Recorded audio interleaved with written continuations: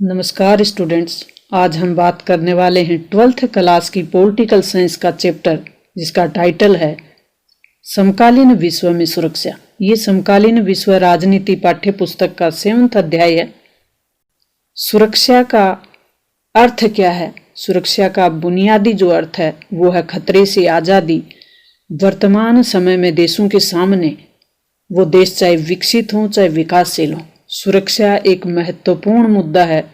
लेकिन विकसित देश और विकासशील देशों की सुरक्षा दोनों में अंतर है, क्योंकि जो विकासशील देश हैं, जैसे एशिया और अफ्रीका के नव स्वतंत्र देश जो 1947 के समय आज़ाद हुए, उनमें आंतरिक और बाह्य दोनों प्रकार की चुनौतियां हैं। सुरक्षा, दोनों प्रकार की सुरक्षा उनके सामने चुनौती के रूप में है, जबकि यूरोप के देशों में या कहें कि विकसित देशों में केवल बाहरी खतरा ही उनको चुनौती पैदा करता है। एशिया और अफ्रीका के नव स्वतंत्र देशों को गरीबी और बेरोजगारी का सामना करना पड़ता है। वहीं यूरोप के देशों में संस्कृति और सभ्यता का पतन होना भी उनके लिए चुनौती है। अब इस जो बात है उसमें सुरक्षा, सैन्य सुरक्षा और मानव सुरक्षा, इसमें भी अंतर है। उस पे हम आगे बात करेंगे। बढ़ते हैं महत्वपूर्ण प्रश्न की ओर। और महत्वपूर्ण प्रश्न है कि अमेरिकी वर्ल्ड ट्रेड सेंटर पर आतंकी हमला कब हुआ? तो 11 सितंबर 2001 की घटना है।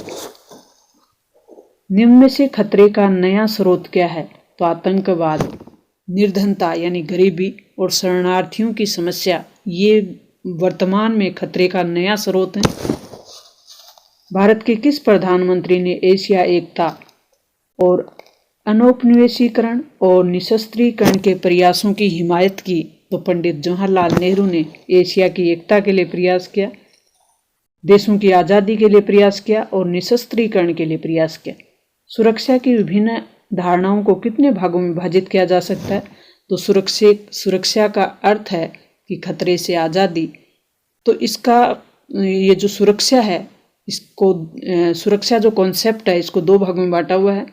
सुरक्षा की पारंपरिक धारणा और सुरक्षा की अपारंपरिक अवधारणा, दो अवधारणाओं में बांटा हुआ है। सुरक्षा की जो पारंपरिक अवधारणा है उसमें सैन्य सुरक्षा, जिसमें किसी देश की आंतरिक और बाह्य सुरक्षा शामिल होती है।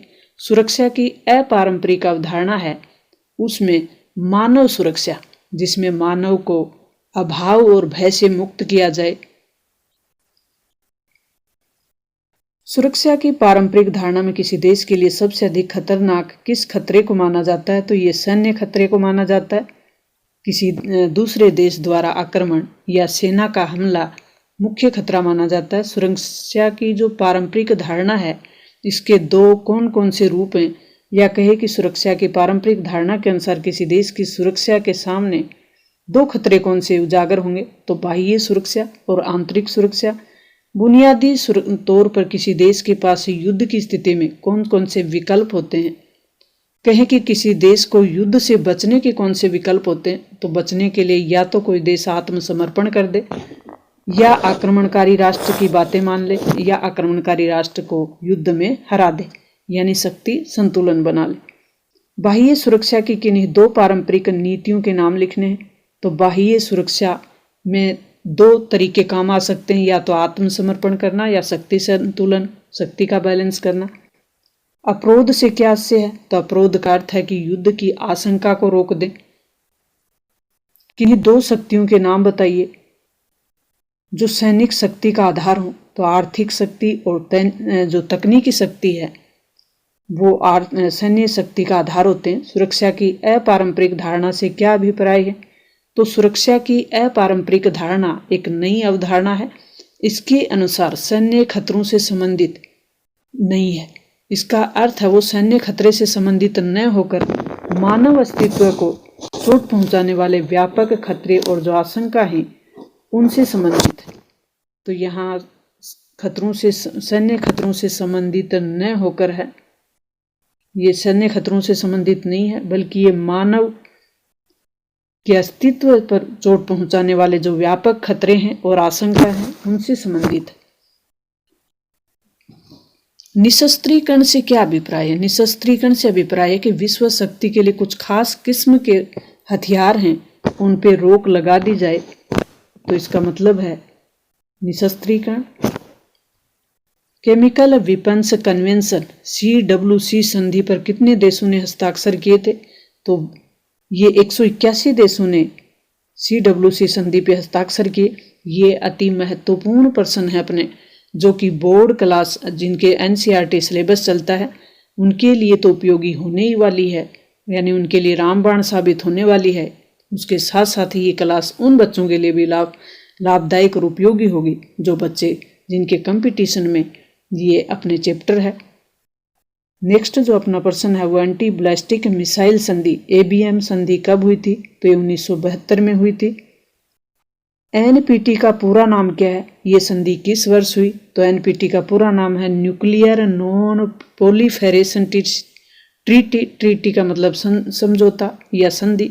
ये संधि 1968 में हुई थी, 68 में। 1970 में संधि लागू हुई। सुरक्षा की परंपरागत और अपरंपरागत धारणा में एक अंतर बताना है। तो सुरक्षा की जो परंपरागत धारणा है उसमें मुख्य रूप है वो बाहरी खतरा है, जबकि अपरंपरागत धारणा में केवल बाहरी खतरा ही नहीं बल्कि मानव अस्तित्व को चोट पहुंचाने वाला हर एक खतरा और आशंका इसमें शामिल होता है। यानी मानव को भय से और मानव को अभाव से मुक्त करना जो अपरंपरागत सुरक्षा है उसका मुख्य लक्ष्य है। किन्हीं 4 विश्वव्यापी खतरों के नाम लिखिए। तो वैश्विक तापमान में वृद्धि हो जाना, अंतर्राष्ट्रीय आतंकवाद, एड्स जैसी महामारी बीमारियां, बर्ड फ्लू, कोरोना जो कि वर्तमान में 2020 से लेकर कोरोना डरा रहा है विश्व को, तो कोरोना जैसे विश्वव्यापी खतरे हैं। सुरक्षा की अपारंपरिक धारणा के 2 पक्ष कौन से हैं? तो मानव की सुरक्षा और विश्व की सुरक्षा। आतंकवाद का क्या अभिप्राय है? तो आतंकवाद का आशय है ये एक प्रकार की भय पैदा करना, डराना, या कहें कि एक प्रकार की विचारधारा है जो राजनीतिक हिंसा के रूप में निर्दोष जो नागरिक हैं उनको निशाना बनाते हैं ताकि समाज में दहशत पैदा की जा सके और अपने मंसूबे पूरे किए जा सकें, अपने उद्देश्य पूरे किए जा सकें। वर्तमान विश्व में कौन कौन सी नई महामारियां उभरी हैं? तो एम्बोला वायरस है, एंटावायरस है, हेपेटाइटिस C है, कोरोना है। भारत की सुरक्षा नीति के प्रमुख घटक कौन से हैं? तो सैन्य शक्ति या सैन्य क्षमता है उसको मजबूत करना, अंतर्राष्ट्रीय कानून और संसाधनों को मजबूत करना, देश की आंतरिक सुरक्षा और समस्याओं से निपटना, आर्थिक विकास की रणनीति बनाना। भारत ने पहला परमाणु परीक्षण कब किया? तो ये 1974 में भारत ने अपना पहला परमाणु परीक्षण किया था राजस्थान के जैसलमेर के पोखरण नामक जगह पे। भारत ने क्योटो प्रोटोकॉल पे हस्ताक्षर कब किए? तो क्योटो जापान के शहर क्योटो में हुआ था। ये प्रोटोकॉल एक संधि अंतर्राष्ट्रीय समझौता था जो कि 1997 में हुआ, लेकिन भारत ने इस पर 2002 में हस्ताक्षर किए थे। मानव अधिकारों की पहली कसौटी कौन सी है? तो मानव अधिकार कई प्रकार के होते हैं। तो प्रथम कोटि के जो अधिकार हैं उनमें अभिव्यक्ति और सभा करने की स्वतंत्रता दी जाती है। दूसरी प्रकार की जो कोटि होती है उसमें आर्थिक और सामाजिक अधिकार दिए जाते हैं। तीसरी कोटि में माना गया है कि उपनिवेशीकृत जो जनता है या किसी दूसरे देश के अधीन जो जनता है, जातीय और मूलवासी अल्पसंख्यकों के अधिकारों को सम्मिलित इसमें करते हैं। तो मानव अधिकारों की कई कोटियां हैं। तो प्रथम कोटि में राजनीतिक अधिकारों को शामिल करते हैं। ये अति महत्वपूर्ण प्रश्नों की अपनी सीरीज थी। मिलते हैं नेक्स्ट और महत्वपूर्ण कंटेंट के साथ। तब तक थैंक्स।